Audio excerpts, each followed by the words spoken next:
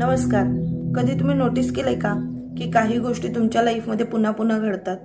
Same situation, same feeling, same ending, आणि शेवटी आपण एकच डायलॉग बोलतो, माझं असंच आहे, मी असा किंवा अशीच आहे. बट कधी थांबून स्वतःला विचार केलाय का, हे खरंच तुमची पर्सनॅलिटी आहे की तुमच्या कुंडलीतला एक हिडन पॅटर्न आहे? ज्योतिषाच्या दृष्टीने पाहिलं तर आपला स्वभाव म्हणजे फक्त आपण नाही, it is actually result of experiences created by planets.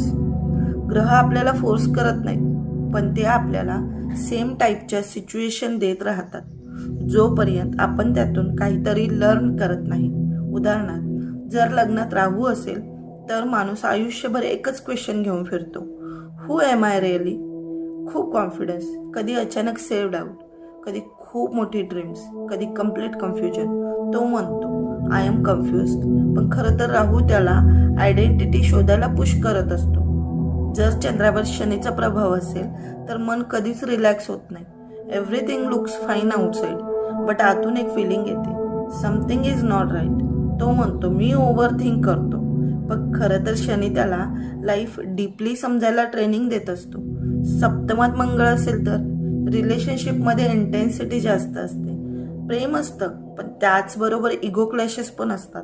Small issues मोठे होतात, आर्ग्युमेंट्स वाढतात, who will call first, who will say sorry first, आणि हळूहळू रिलेशनशिप बिकम्स अ कॉम्पिटिशन. तो म्हणतो माझं रिलेशनशिप टिकत नाही, पण खरं तर मंगळ त्याला एनर्जी हँडल करायला आणि बॅलन्स करायला शिकवत असतो. जर चतुर्थात केतू असेल तर माणसाकडे सगळं असतं, घर, कम्फर्ट, फॅमिली, पण तरीही एक इनर एम्प्टीनेस राहते. तो म्हणतो मला कुठेच कम्प्लीट वाटत नाही, पण खरं तर केतू त्याला बाहेर नाही तर इनर पीस शोधायला गाईड करत असतो.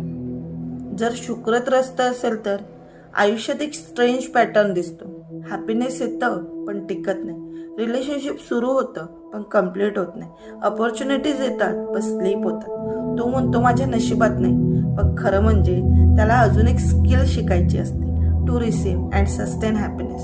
आणि शेवटी एक पॉवरफुल ट्रूथ, कुंडलीतले हे योग दोष नाहीत, ते तुमच्या लाईफचे लर्निंग पॅटर्न्स आहेत. जे तुम्ही माझा स्वभाव म्हणता ते कधी कधी फक्त एक रिपीटिंग लेसन असतं.